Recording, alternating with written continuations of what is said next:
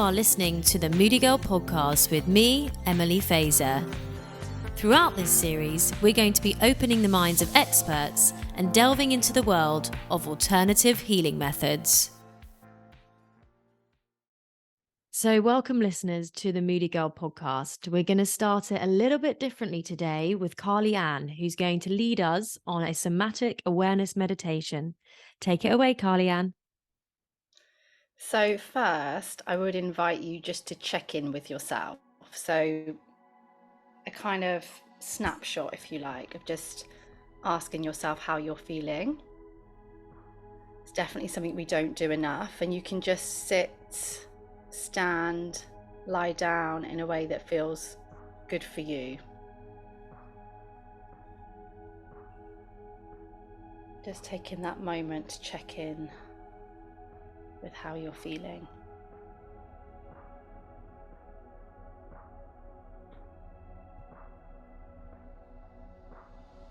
And then you can really choose with your eyes open, your eyes closed, taking whatever posture feels comfortable to you.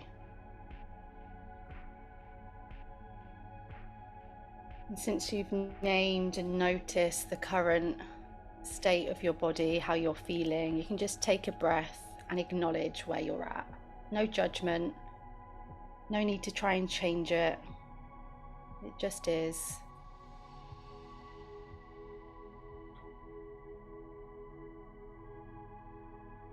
Just noticing your breath if it's possible. Perhaps a deeper, more intentional, slower breath than you have been taking, but only if that feels okay for you.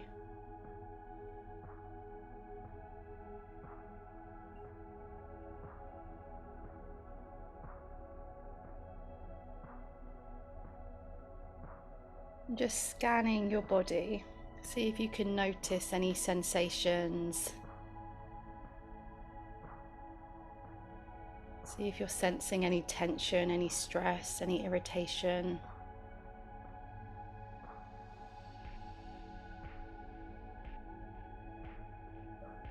And if you can identify that, just see where that is in your body.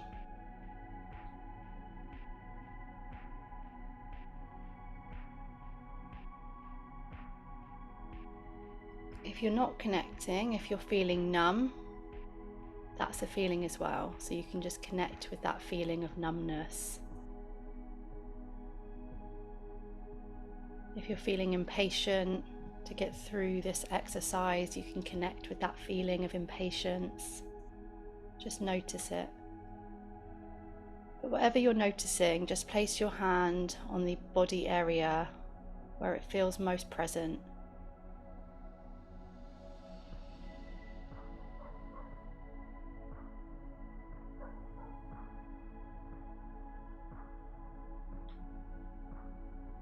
And just take a breath and exhale slowly, allowing that feeling to be there and just sending compassion towards it, sending love. You might just say, "That makes sense, I see you."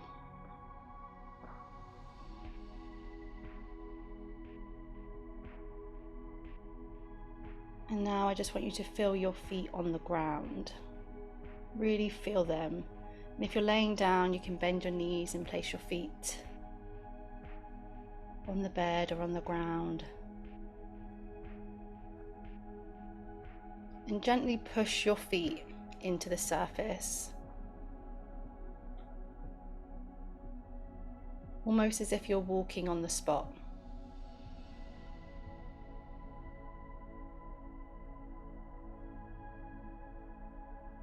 Really feel that. And now we're going to use your imagination. If it's possible, imagine you're barefoot in the grass, in sand, on the ground, in mud. And just keep walking. And keep walking. Keep exhaling actively. You have the option to pause and do this for sort of 2 to 3 minutes.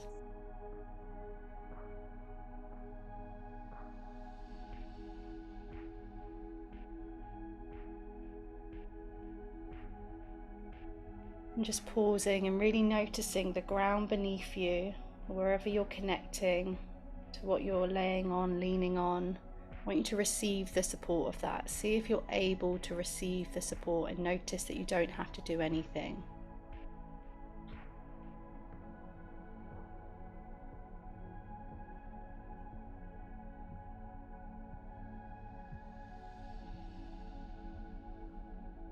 You might just want to set an intention for your day, for your week.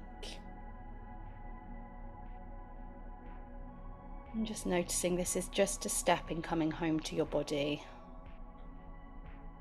And congratulate yourself, no matter the experience. Beginning to hear the sound of my voice, become aware of the room that you're in. As you do become aware and back to the moment, you can look around you and just find something that creates perhaps a nice memory or a colour that you like. And then you can get ready to transition into the rest of this podcast. Brilliant. Thank you so much, Carly Ann. Listeners, I went on that journey with you as well today.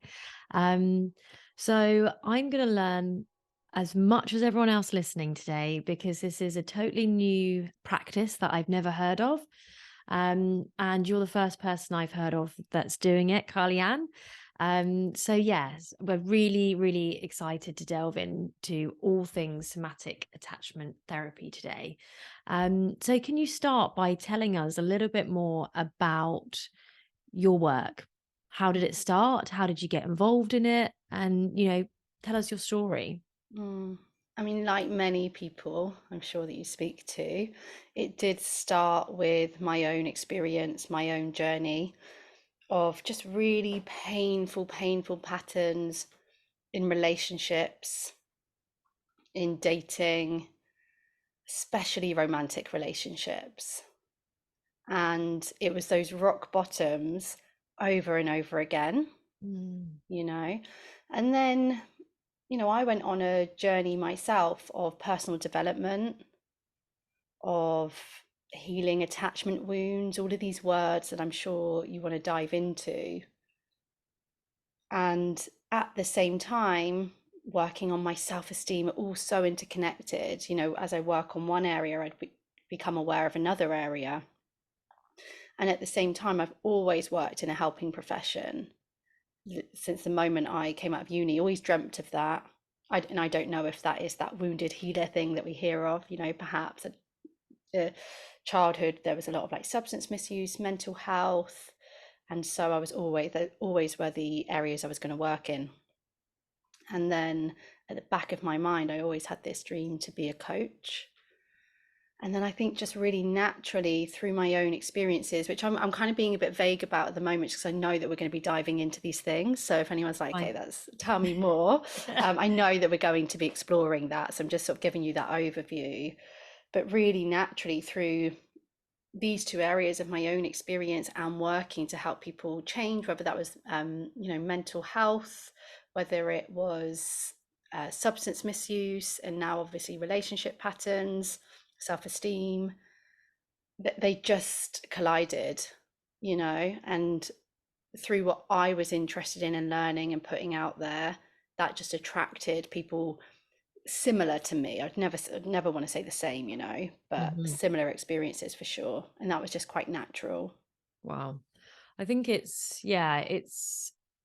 for me something that I've would love to delve into, and I know a lot of my friends suffer with this as well, as self-esteem issues, and just kind of having not actually knowing that you have self-esteem issues until you, I don't know, are presented with it. And from my own kind of journey. I've done lots of mindset work and delving into that in quite a lot of depth. And when I look at what's actually in my subconscious mind and what's kind of stuck there from old belief patterns, and it's hard to get rid of these things that are ingrained in us from childhood, because we're not born into this world with self-esteem issues.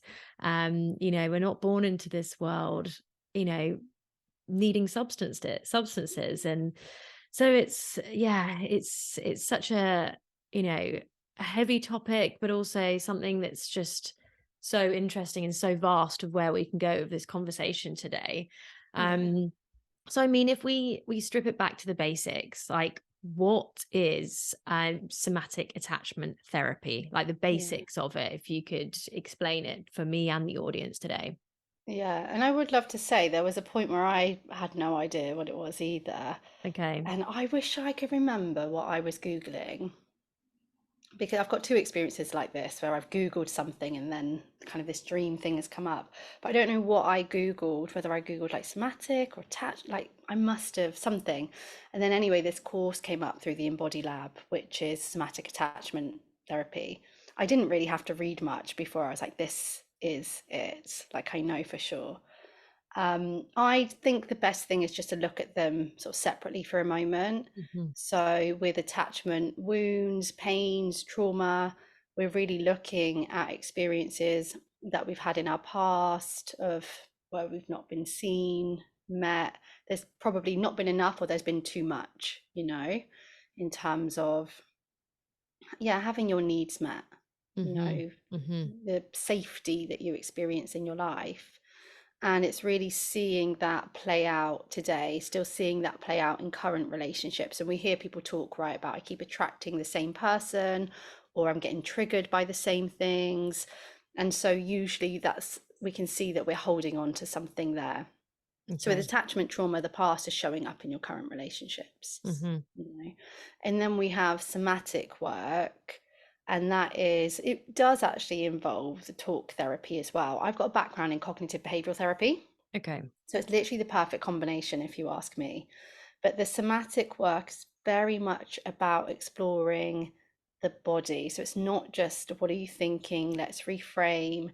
We certainly believe that trauma is stored in the body. It's quite physical. If Hmm. you think of those times when you're in panic or despair, people often say, like, I just feel numb, or I just literally feel like so panicked, like the words that they'll use. And so the somatic work is very much about coming just more aware, or becoming more aware of where this shows up Mm. in your feelings, Hmm. the sensations in your body, Hmm. and it's paying attention to that. Because we leave our bodies, like, if let's use attachment, someone's not texting me, I leave my body, I go somewhere else. I'm not Mm. grounded in the moment, sort of with access, to thinking this through clearly. Mm. Instead, I'm kind of overwhelmed. The emotion is all over me. The thoughts are going as well. So that's why it's very much a holistic approach. It's very important as well. But, when we pay attention to the thoughts, we tend to go with the thoughts. Yeah, We, absolutely. we try and come up with the alternatives, but we've gone somewhere else. Hmm. And the work that I do is about bringing our attention to our body, and that's going inwards. That then means I'm not going out to that person. I'm going inwards to say, what is it about this that I'm experiencing? Not even to change it in that moment. Believe it or not, the attention that you give yourself in this way, when you begin to build this kind of relationship with yourself first, that does do the healing work, Hmm. you Mm. know? Yeah, So naturally, totally. through giving so it's very much around, yeah, becoming more aware of the physical side, the sensations, giving that attention, separating it a bit from the thoughts. Obviously, they go hand in hand. It's very much a holistic approach. And so for me, I'm sure we'll talk about, it was just the missing link, because I was only ever doing thought work. I was Mm, just trying to change my mind about things. I was just trying to stop myself feeling this way. And I mm, really had no idea that actually, if I can learn to be with these sensations and build confidence that I can handle them and know them and speak to them, that itself would bring me down. And you've got to think as well, when we're doing that, we're not so much thinking then about the threat, the person. We're literally with ourselves, so true. There's you like, know. yeah, I think in terms of if I try and think about my own situation, I know that if I'm, say, there's a situation where someone hasn't replied or you start becoming in your own head, that's when I'll start building my own narrative. And my husband will pull me up on this quite often and be like, that you don't know that that's a fact. You don't know that's what they're thinking. You're completely, catastrophizing it in a way because we don't know the facts here. And then, I've always, and I think I've mentioned this in other episodes, it's like, straight away stress in the chest for me, and it almost like when it's like that extreme, like I feel like I've done something wrong, it's almost like I've taken like a drug or something. My pupils will dilate, my palms will sweat, I'll have like the physical reactions as well as like the mental reactions as well. So Mm-hmm. it's like it makes so much sense, I guess, by combining the physical and the mental and trying to ground the situation that we're in. That makes so much This is it. sense. Because I've done a lot of mindset work and then I've separately done, body work in terms of yoga or things like that, but not together. So it feels all encompassing. It feels Mm. like, I don't know. Yeah, it makes sense for sure. Yeah. And there's this other side, especially with attachment difficulties, being with those feelings, being with those sensations can feel really alien because you're Mm, used to thinking about other people or you're used to shutting them off for protection. And so I know certainly for a lot of the people that I work with, they get annoyed, and this used to be me 100%, it still can be actually, an hour long yoga session. mm, Literally, they're like, no way. Like, I'll do a HIIT class, I'll go and run, absolutely. But to be still, no mm, way, you mm. know? Yeah. So that slowness, there is so much benefit in like 5 minutes of yoga to be with your body. And when you're in a position that feels uncomfortable, to stay with that is so powerful, Mm, you definitely. know? Yeah, absolutely. So I mean, when we started the episode today and we did some of the meditation and somatic work, it was a lot about grounding and there was some visualization work in there as well. Would you say that's a big part of some of the work that you do with your patients and guests, I guess? There's quite a few different branches that come off of this, Hmm. but there are some where, yeah, some of the most basic things that we do, not in terms basic in terms of it's easy to do, Yeah. basic in terms of one of the first things I'll be doing Hmm. is, yeah, having a grounding practice. Because if we don't have that kind of practice that we've just done there, if we're not doing that quite regularly, I mean, literally in our daily, you don't have to sit there and do that. You can Hmm. literally go on a 5 minute walk and Yeah. do that. Yeah. But, a mindfulness, presence, grounding, you find what works for you. But if we're not doing that, and your goal is to be able to self soothe in the moment, you're going to have a really difficult time. So if Mm, I've got a client who, and this happens, who wants to self soothe in the moment and they come to me to be able to do that, that like high level, I need to mm, control myself, yeah. but they are not adopting any kind of grounding or mindfulness practice in the meantime because they're so busy and numbing and all of the things, to bring that together is really difficult. Like, I have to be really honest with people. If you can't make time for this, you're going to struggle in the moment. Mm. Do We you know what need that? to be teaching ourselves to ground. Yeah. How often would you say, like, do you do that daily?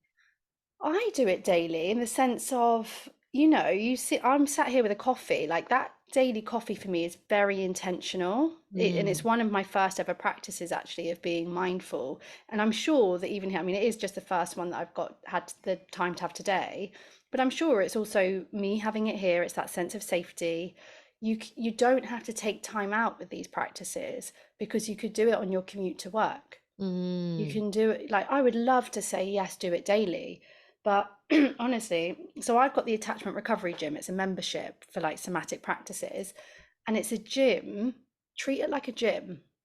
How often would you go to the gym, if you're trying to improve something? So just like that. I mean, some people would go daily, Mm-hmm. and So some true. people would go a couple of days a week. You get to decide that. Mm-hmm. And obviously that doesn't always. It just depends. Yeah, I was going to say perhaps the more you go, the quicker you're going to see results, but that's not true if you've got someone where it's not as intense for them. They don't have the same lived experience. So, but Totally. I naturally now do a practice every day. It's just Do you, in the shower, I'll do a practice. and is that, do you listen to anything, or is it just you are just going through those motions in your own head? Like, I'm going to have my feet on the ground. I'm going to feel the water in the shower, being present in that moment. Is that kind of how you do that? A bit of both. If I'm doing meditation, and I'm guessing that there's an argument that it's all meditation, so, Yeah. but if I'm intentionally doing, meditation, that's guided for me, Mm-hmm. always guided for me. Yeah. And Nice. maybe one day that will be different. But yeah, the ones where perhaps it's in the shower, and that's not every time I'm in the shower.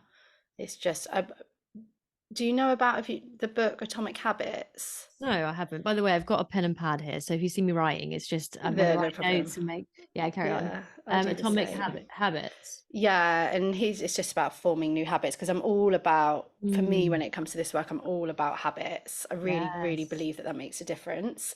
Not in the achievement, be productive kind of way, in the what it takes to create change kind of way. Yes. And yeah, he just talks about habit stacking, and that is adding a habit to something you already do. So it's when you have your coffee, you have your mindful practice. And I all love that that. means is just tasting the coffee and, sensing the coffee, all of the things. Totally. And I was literally having this discussion the other day with a gut health specialist, and she was saying, she's like, that doesn't matter if you've got the healthiest meal ever, but if you're in a mindset where you're stressed, you're on fight or flight, you've just had an argument, and then you just eat a healthy salad, it's going to be digested as poison ultimately, because you're not in a good headspace. And like being relaxed and being mindful about when we're eating, and being surrounded by friends and family in that environment where we're having food. And yeah, so it makes a lot of sense. And Hmm. I think that's also really refreshing because, I myself am working Monday to Friday, rushing around and commuting an hour there, commuting back. So sometimes, when you are trying to do the work, it can feel almost like a bit of a burden because you're like, I haven't done that today. And then you start this whole cycle of shaming yourself, and then it becomes counterproductive. But what I think is really refreshing, and I think the listeners will find really refreshing, is that you are making it so accessible for anyone in their daily environment. You're not saying, okay, you need to be working for yourself, and then we can really, do all of these amazing things for ourselves. That's unfortunately not reality for most of the general public, and we're all trying our best. We've all got bills to pay, and unfortunately that takes us out of the house for a long time. And Yeah, but doing that in your morning commute is a really amazing way to do that. I can start doing that in my drive to work. If you're on a bus in London, put some headphones in, do it there commuting. So yeah, I think that's a really refreshing, brilliant way to look at it. And I think the listeners will appreciate that too. So thank absolutely. you. I'm always finding that balance still now because I've been working for myself about over a year, but I worked my arse off to do that. I cannot Mm. even tell you. And that includes as well, at the same time doing all of this healing work. So yeah, I'm always finding the balance between, hold on a second, like I did a lot of this key work working for a very busy mental health NHS service. So it is possible, like I do know that. But obviously the longer that I work for myself, the more, yeah, I am quite aware of that. It's funny you bring that up. I sometimes Mm. overthink that because I'm a bit like maybe I should be celebrating that this is what's possible as well. Because I do believe part of attachment healing is expanding your own potential and Mm. really believing in your own dreams. Um, Yeah, because so yeah, ultimately those get quietened as well. I mean, I've always been described as someone who's kind of maybe got my head in the clouds because I'm a dreamer. I've been an absolute dreamer. Dream big, dream big. It's possible. I was saying to you Yeah. before, I now know it's possible. It Mm, was impossible. I was not from start to finish, the moment I'm born, I'm on paper, not the person that would go and build a business by themselves wow. and to work for themselves. So I'm not, we've all got different lived experience, and I am mindful of that. Um, But also, I that think is possible. your story is really refreshing in terms of, it's accessible. What you're saying is you can still work for somebody else and do the somatic work, Oh, and absolutely. and looking at all of these attachment that you may have. But also, if you are going to that job every single day and you've got dreams where maybe you want to work for yourself, or you want to create art, or you know what you're saying is you can Yeah. absolutely do that. And I mean, what would be really good for the audience is, tell us how you got out of that situation where you probably felt a little bit stuck. And what was the process like, going from being in a fast-paced mental health NHS environment to now working fully for yourself, functioning, and managing a business and doing something where you feel fully inspired and authentically you? Yeah. It was, I want to say it was long, but now on reflection, from when I started, it's probably where the dream really started. It was probably about 5 years. At the Wow. time, that felt really, really long. But for me, it was just a case of I wasn't going to give up. Mhm. Did it replace having a relationship? Possibly. There's possibly that happened. Not that that has to happen for everyone. You might already be in a relationship, you know. But I don't know. It was when I started working for myself and didn't have two jobs anymore. That is when I met someone. So I'm not sure. But it was, I just didn't give up. So it was knowing the dream, tuning into the dream every day.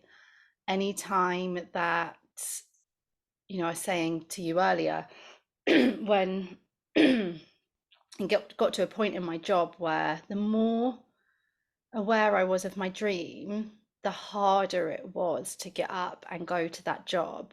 Now, I was quite lucky in the sense of there was a lot of crossover in terms of the skills and the practice. So I could always tune back into helping people and that kind of passion. But I'd come to the end of that role, you Mm. know, Mhm. and there was no point me moving because the next move was to work for myself. And I Yeah. just thought there's no point me sidestepping somewhere else anymore. And so it really was just a case of knowing that what felt so misaligned at that point, and this is where a lot of the somatic work really did come in, work and relationship, because I was recognizing how misaligned I felt, how sometimes really low I felt, anxious that this is never going to work. All of the feelings that you could relate actually to when I was dating someone, like, is this going to work? Is it not going to work? I'd use those same skills of noticing that, Mhm. having to ground myself, literally go out on extra walks, tune into the why I'm doing it, understand that I felt sometimes like almost like I felt depressed because I'm not supposed to be doing this.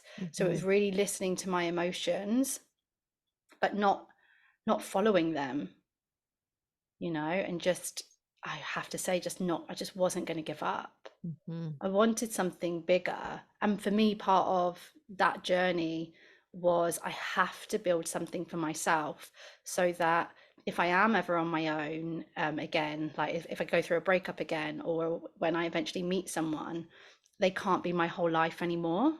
I Mm. can't have that happen. And with a job that was okay, but wasn't my passion and purpose, it didn't take much to distract me. With a job that's passion and purpose, it takes an awful lot more to distract you. It takes someone like, can someone even come and take that happiness? I'm not sure they can. And now, if someone left, obviously, touch wood, don't want him to, but I do still have this world now. So it had a lot of other like healing Mm. aspects to it as well.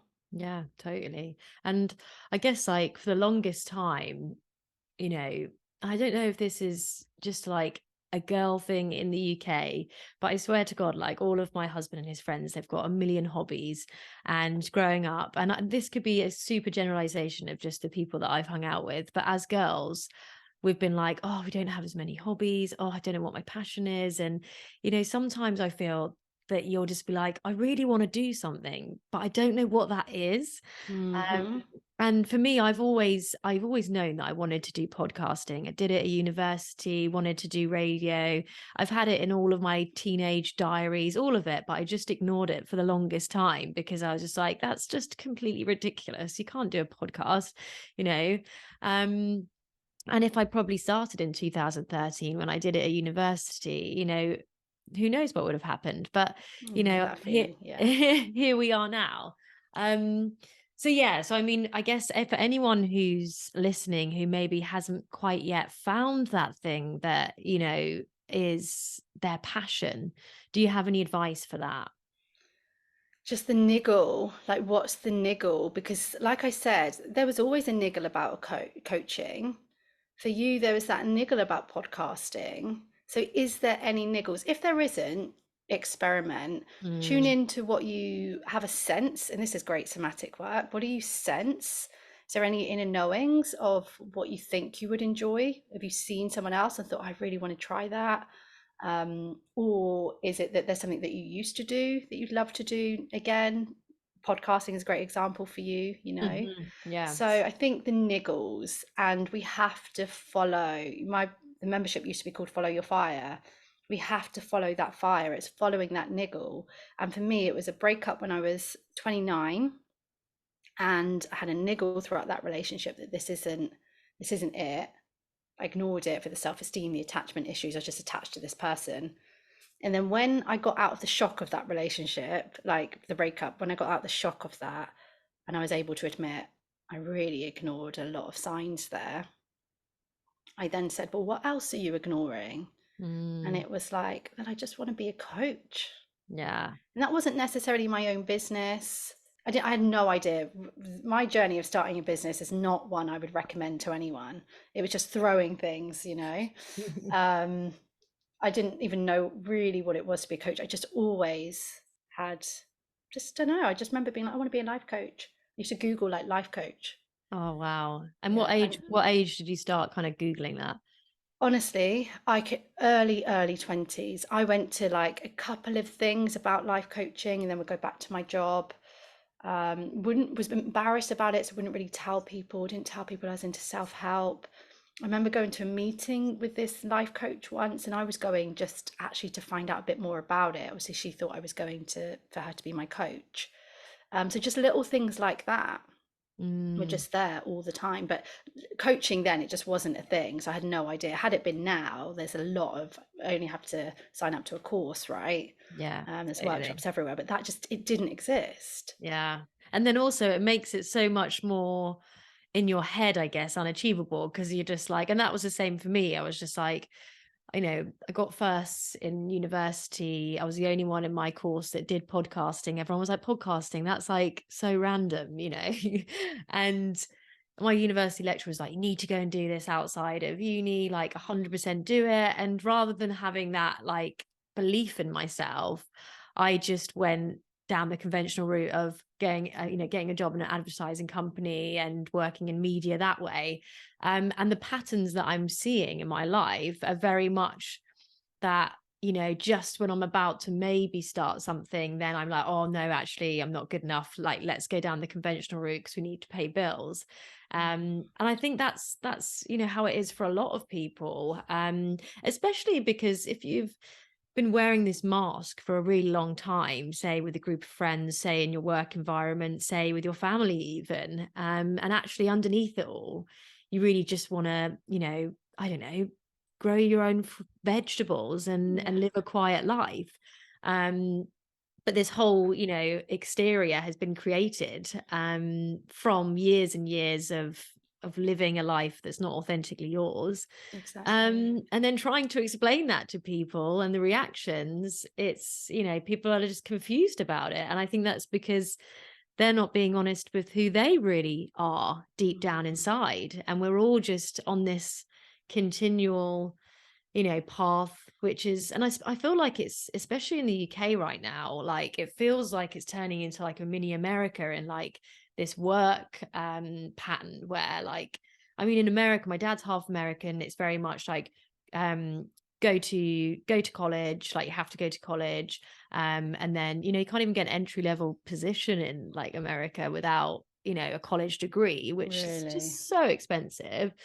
Um, and then you're just on this kind of like, rat race and it's just like, and then once you're so far in, you've got the house, you've got the car, you've got the kids that you need to pay for, you've got the schools potentially that you might pay for depending on what, where you go with it. But then it's just like you're trapped. How do you get off? Hmm. That's it, isn't it? And I think they say, isn't it? Is it around like age 29 or something? People have a moment of, I'm either going to, I don't know where I've heard or read this, No, but but just say it anyway. yeah, they're either going to take a risk and change their plan, or they're going to stay in it. And no, I'm sure Yeah. you can go into like older than that, but there's that moment of I carry on in this or I take a risk, Yes, totally. And you that's know. something I've been thinking and talking a lot about is like risks and taking risks and when to take those risks. And because if it can come across as slightly unconventional, maybe your dream at the time, in your with all your colleagues working, at the NHS, it might be like life coach. Wow, that's really going to happen, or Hmm. all those little Hmm. things that you might say or people might say around you that ends up affecting your energy and gets kind of stuck in there. Yeah. um, and so it makes it so much harder. So I guess, yeah, it's an open discussion really. And for listeners, I'm sure you're probably going through something similar if you're feeling stuck or, you feel, worried about taking risks. I guess, just do it. Hmm. So yeah, let's go more into the different attachment styles. Can you talk us through those? Because that would be really interesting because I don't know those myself. Yeah. So the sort of overall theme, if you like, is insecure attachment and secure attachment. So we're really looking at how you form relationships in terms of how secure you feel, how trusting you feel, how easy it is for you to, be intimate and close with someone and trust and expect good things from a relationship. And so you've got secure attachment and insecure. In the insecure umbrella, you have avoidant attachment, anxious attachment, and disorganized. If you're secure, there's this nice balance between, independence and being in relationship with someone else. There is sort of positive expectations of love, relationships, how this could turn out. If it doesn't turn out, that I'll be okay. There's this underlying worthiness, whatever your relationship status and relationship with this person. Mm. And so you can kind of take more risks. You're open to space apart. You don't necessarily read into everything and analyze everything. It's just a lot more safety.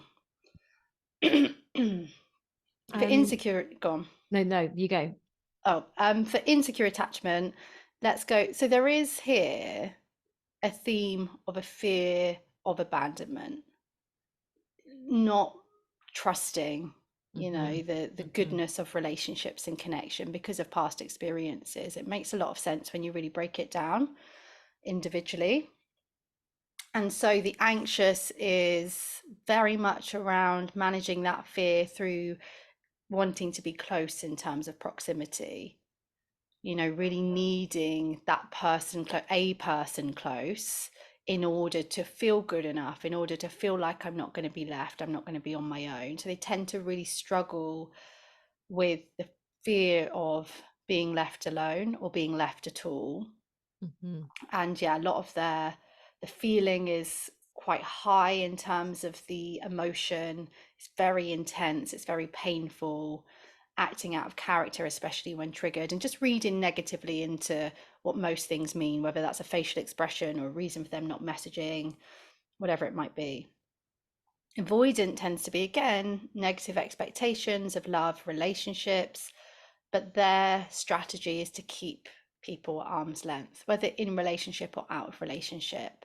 So they'll kind of resist getting too close to people, And they'll often describe not really being too connected with their feelings. They might be more likely to feel quite numb. Might seem like they don't care. But underneath, we know that stress hormones are very much active, but there is this almost disconnection, if you like. Mm-hmm. And then disorganized attachment is a mixture of the both. You don't necessarily, there's not always a pattern of whether it's going to be anxious or whether it's going to be avoidant in that moment. And something that's really key here is that we all have each attachment style. We all have secure tendencies, anxious tendencies, avoidant tendencies, but we might just primarily lean towards one. You might lean towards another one around a different type of person.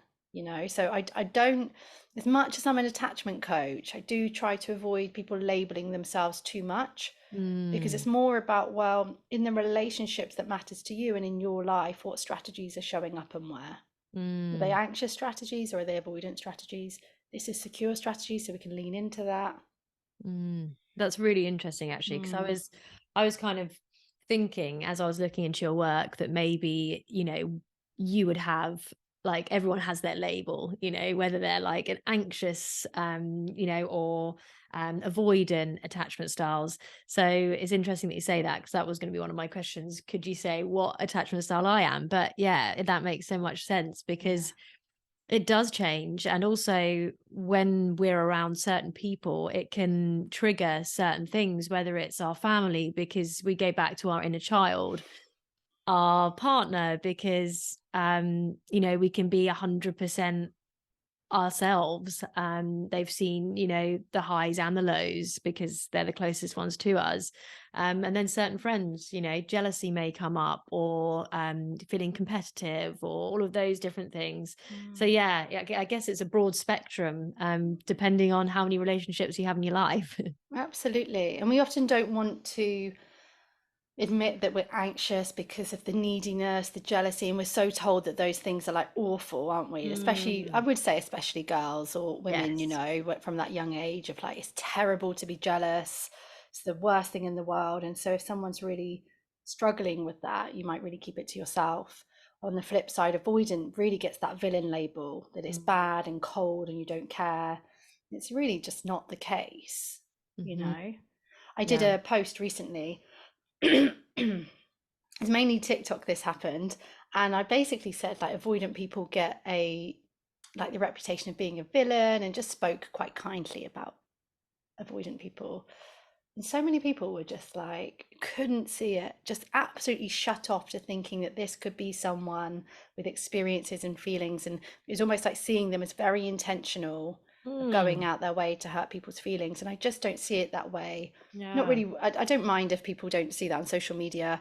I probably say that people that comment that and can only see that fixed way, probably it's a sign that they need to look at themselves anyway. Mm. If you're that kind of fixed without the ability to step into compassion, I think Mm. there's something for us to, unless, listen, if you're in it right now with an avoidant person and you're angry and pissed off, Yeah. fine, maybe now's not the time.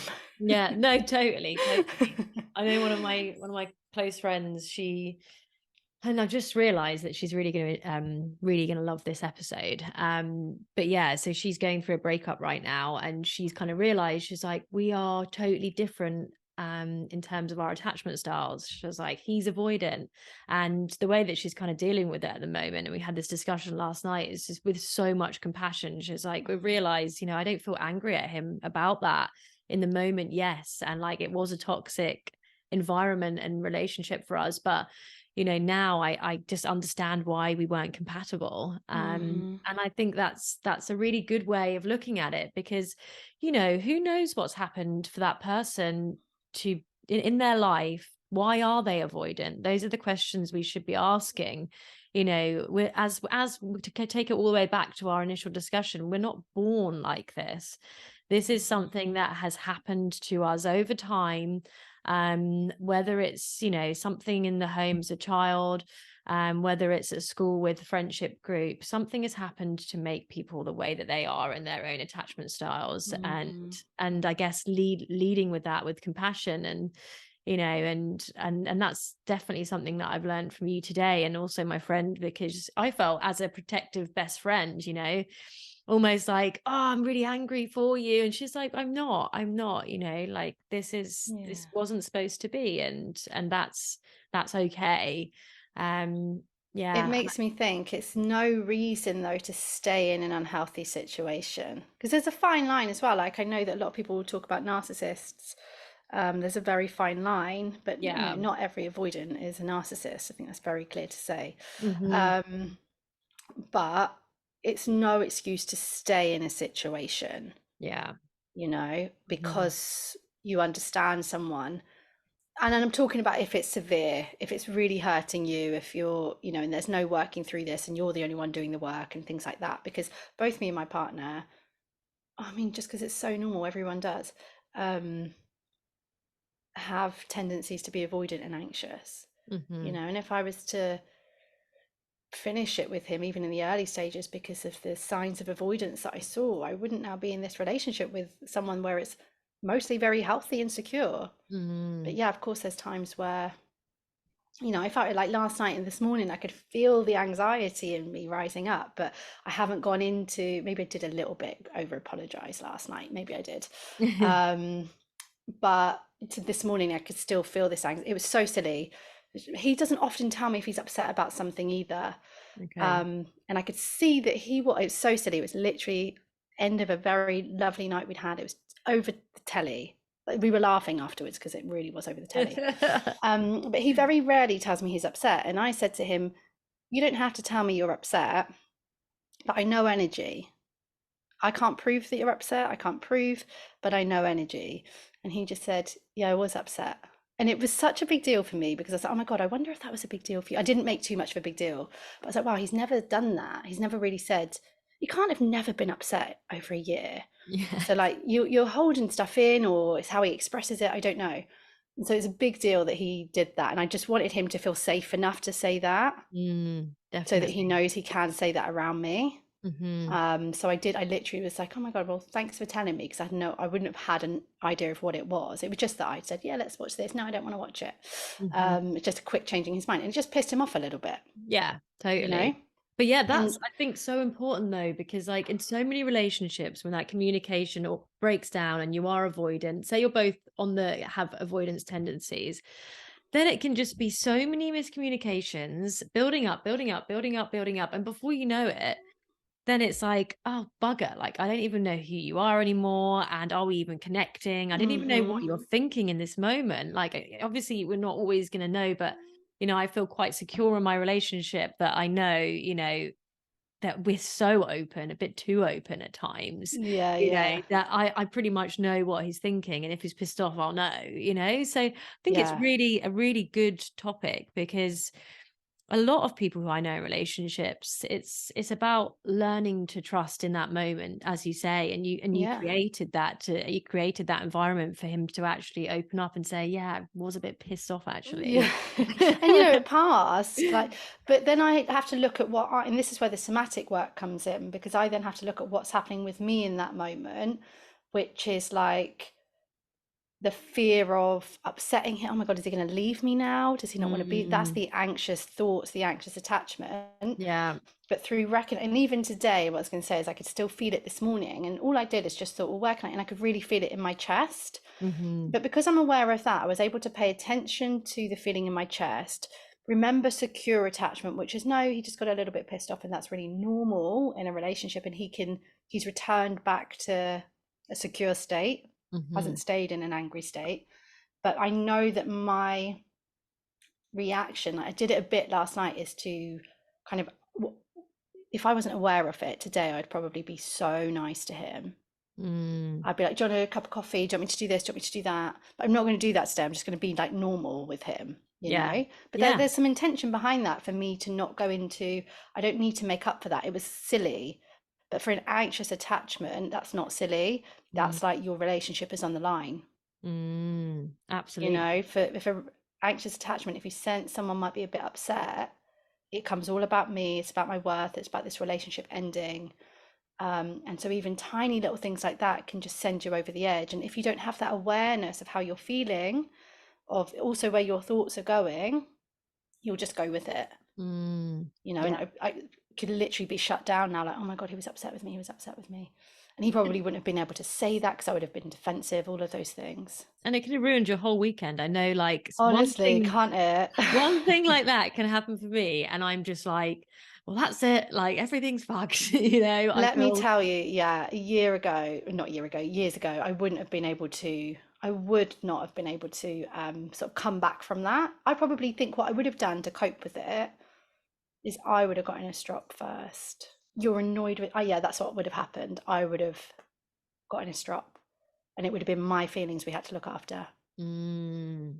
And then that would have materialized into something where he was like, okay, maybe in this one situation I can let it pass. But then if it keeps happening and happening and happening and happening, then his feelings are invalid for him, Yeah, And and you that's get to the where. point, right, where why is he ever going to say, it's like you look at the anxious avoidant, a lot of the time it's really difficult to say, like it's not taking sides, just from the example that we're using, because this can work both ways. But the anxious attachment will often say, the one with the anxious attachment might say, like, who's going? Why are they going? I don't want them to go, and get upset if any girl is going to be there, or any guy is going to be there, whoever makes you jealous. And for an easier life, that person might end up saying, it's just all the guys, it's just all Yeah. the girls. Yeah. And yes, did they lie? They did lie. But what was the alternative? If they and there is that place, isn't there, of being like, if I told you that someone was going that was going to upset you, and I know there's nothing between us, and I know that I'm just going to have a good time, like we're obviously talking about a trustworthy, healthy, secure person, or avoidant that's still not going to cheat, doesn't mean they're going to cheat. But we're talking about the anxious attachment getting flared up. Yes, that person lied, but can we express our fear and anxiety without the need for them to feel the need to protect you, to protect themselves? We don't want an argument.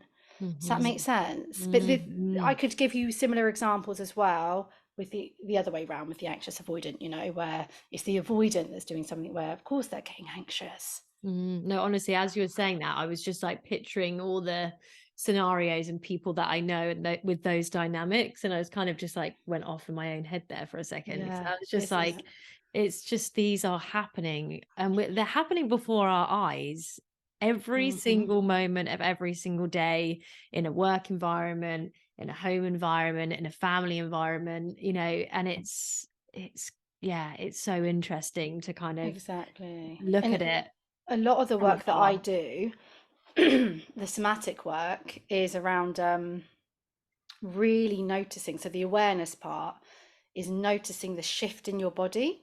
So you notice when you go from everything's good to suddenly the whole world is crashing down in my body, and again going inwards to assess that. And so you just become just skilled at noticing, oh, I've just got triggered, oh, I'm upset, like, oh, I'm anxious, I feel numb. You become really skilled at that. And the more skilled Mm. you notice that shift, Yeah. you then notice, oh yeah, when that happens, that's when I act out, or that's when I do this. Maybe it's the other way around. Maybe you'll start with saying, why do I always like people please with my boss? And then you'll start to connect that. Well, how do I feel? What are the sensations? You're like, oh right, okay. So when my heart rate goes like that, that's when I feel the need to offer my boss something, Mm, you know. definitely. And like, so in a practical environment, um, say you are, in a situation where you've been triggered and quite instantly, I know with me, I can go from 0 to 100 quite quickly in terms of speaking my mind or feeling triggered and feeling like I need to stand up for what I believe in. Um, and it can go, and I can feel that, and I've been working on that. I'm working with my therapist on different kind of things like that at the moment as well. But when you're in it, it's so like a fire is in my chest and I need these words need to come out, and they're probably not going to be, I guess, the most constructive right now, because you are just feeling it on adrenaline almost. Like Yeah. how in that moment do you stop that? Because then essentially it's like, for me, it feels like suppressing it in a way, you know? So Yeah. then it's like that, you know, do I suppress or do I let it out? But then it might not be appropriate. And so Yeah. there's so much to think about, you know? Yeah. I think we're never suppressing because it's just about expression and how we express. And usually, if we're in a really triggered state, the way that we express that isn't within our best interest. Yeah. It doesn't mean that we're in our power and all of those things. There is a time where we need to shout, perhaps, if you're a parent and your kid is about to run across the road and you know a car's, of course, please, like, do that. If you're in danger, please, like, scream, shout, do what you need to do. We can trust we're going to do that anyway. Mm-hmm. Like, survival is very, very strong. Yeah. Adopting these skills won't take our need to survive away from us. Where would I start? So it's always going to depend. Obviously, I say this all the time because I really do believe that this is about taking the tools to fit the person. It's not about making you fit the tools. Mm. So it could be that you're like, but I've tried that. Now, outside of making sure that you've got practices outside of this and that you are doing some kind of work around that need to, what did you say? Like, I have to get this out. What did you say? There was something you said that was quite Um, specific. yeah, I think it was maybe just like getting my point across Yeah, or like, I have to yeah, get my point across. So as yeah. long as you're doing the inner work around outside of this moment around what is so important about getting your point across, because Mm-hmm. it's going to take time for you to be able to do that in the moment. Yeah. There will be a time you're like, oh yeah, I know I want to get my point across. But I would really say it's not, I always, the first bit of work that I do with people is really about looking at the whole environment, the whole situation. You want to get to know what the triggers are, the physical sensations, the behaviors, the feelings, the thoughts. When you've got a clear idea of those together, you're going to have more of a chance of knowing that you're in it, that this is Mm-hmm. happening. This is what I've been working on with Carly. This is that moment. Um, a plan in place for when that happens. But it's that, I would say, that physical feeling, and then just going inwards, and the language that you use with yourself. We want to go inwards and say, like, okay, I'm sensing something in me is really angry right now. I'm sensing something in me really wants to get this point across right now. Mm-hmm. Just being fully understanding. If you know, self-soothing skills, finding what works for you, Yeah. grounding, leaving the room in the early stages, you find what works for you. If self-soothing is not possible, the best thing we need to be able to do is just try and get a moment of presence, which is that moment where you know you're in it, you know it's happening, and just understanding yourself that you're in it. You don't have to try and change it. You're certainly not trying not to feel this way. Mm-hmm. If anyone's goal is not to feel this way or not to feel triggered, it's no wonder it's not working. Mm. This is more about how do I manage it when I am triggered, not how do I, the benefit is that we end up not getting triggered the more that we do the work. That's the Yeah. benefit of it, because we really begin to tolerate these feelings. But that burning feeling in your chest, it's being with that. Mm-hmm. I know it can I seem so know frightening at times, you know, because it's just like, oh, this yeah, is. I'm a very emotional person, whether it's, you know, my hormones, you know, that I've always been quite up and down with that. So it's sometimes just being with that is yeah. quite intense, you know. There has to be, if this is regular, there has to Mm-hmm. be a planning that goes on around it. Mm-hmm. So I have, with my clients, there's certain, like, you have to find what works for you. But we know that, like, things like smell, we know that smell can be really, really powerful. So in this kind of process that we go through, is there a way of just smelling something in those moments that you know is going to be your anchor, to anchor you back to this moment, feeling your feet on the ground, all of those things. But I give people, and it's personalized, some of it's personalized because some of it we all go through, a trigger list. And it might sound really simple, but you read that same list when you're triggered. You read it over and over again, you know? Mm-hmm. And Yeah, it that's is because that moment to, and look, if you're in a point where it feels impossible, then the reflection work is really, really powerful. So that's after the episode. Mm-hmm. Yeah, definitely. I think like deconstructing it and then I guess reviewing why you were triggered.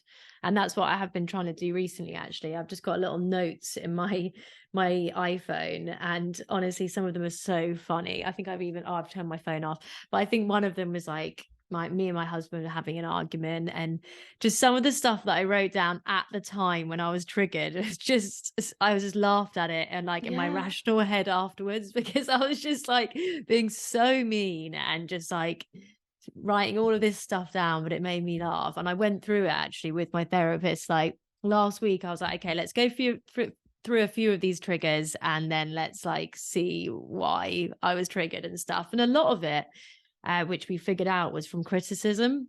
So if I have any sort of criticism, then I'll be like, straight away, that's triggered me. Yeah, and that's the somatic work right there. So if we were in a session, I would work with you.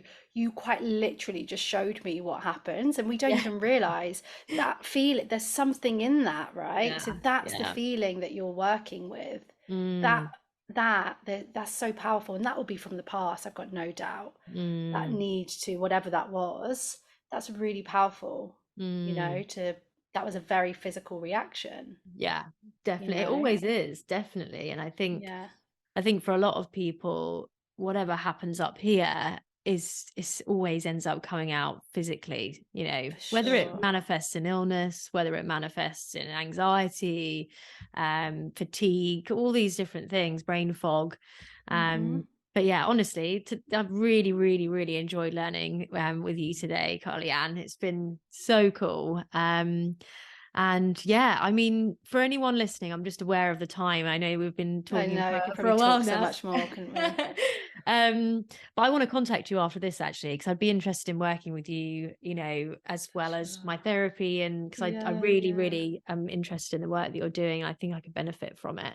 Yeah, Um, I honestly think for me, it was the missing link. mm, It really was. Well, yeah, I can see that 100%. Mm. And for any of the listeners out there who this may have sparked their interest, and that they might want to get in contact with you, I'll put all your socials at the end of this. But yeah, anything you'd say, like how do they dip their toe into this, to see whether they want to start on this journey of finding out more? Yeah, so I also have a podcast, which I've just recently changed the name to All About Attachment. So I think podcasts and books are a great place to start. Don't even have to do like you could just literally Google. There's so much information out there.